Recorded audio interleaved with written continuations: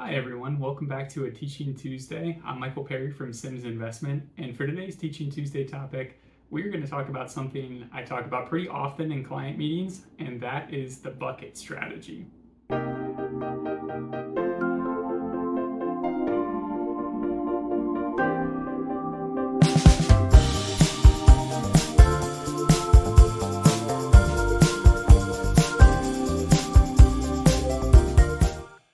So what do I mean by the bucket strategy?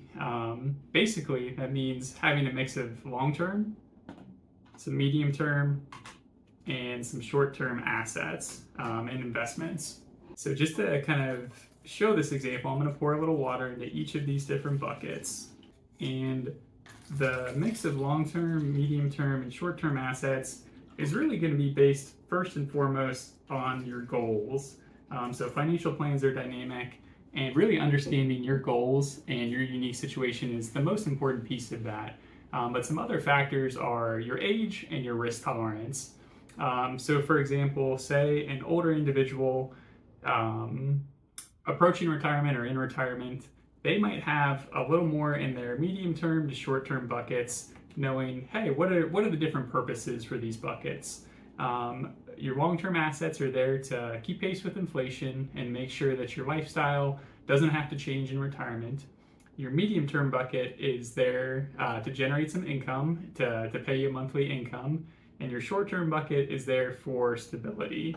And the ratios of how much water is in these different buckets is really going to be unique to you and your goals. So for somebody in retirement, they might have more medium to short-term investments, but they also need a bucket of long-term money that's going to grow and keep pace with inflation.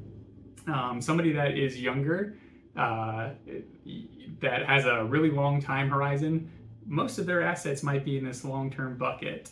But another key point to that is, hey, financial plans are dynamic, situations change. So if that person is, say, saving for a house and they want to purchase a house within the next 1 to 2 years, maybe some of this water gets poured from these long-term buckets, these medium-term buckets, into this short-term bucket here. And that's really going to be unique to you and based on your goals. And I think it's really important to have a financial advisor that explains what you own and why you own it. So, hey, what is my breakdown of short-term assets, medium-term assets that are there to generate income, and then those longer-term assets? And I think that's something we do really well here at Sims Investment, is just to explain what you own and why you own it, and also to really understand your unique situation to best fit your financial plan and your goals.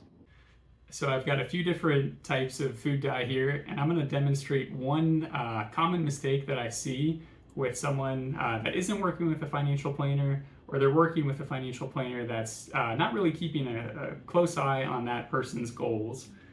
So first off, I've got the color green here for some of your long-term assets. And then I've got my daughter Bryn's favorite color purple here for some of your medium-term assets.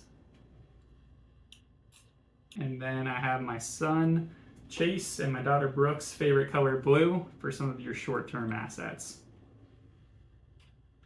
So one common mistake that I see is, if you haven't really taken a close look at your portfolio or someone else hasn't, sometimes these buckets can have too little or too much within them.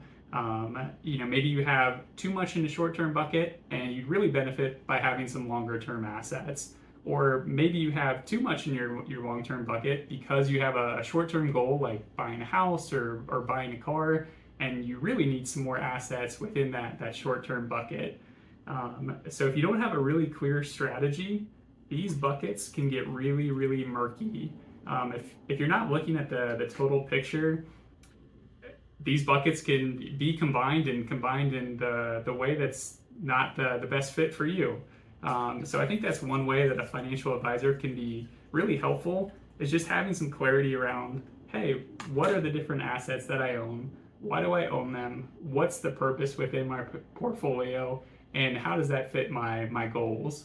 So I hope that you found this demonstration helpful, and I look forward to seeing you guys again on another Teaching Tuesday. Take care.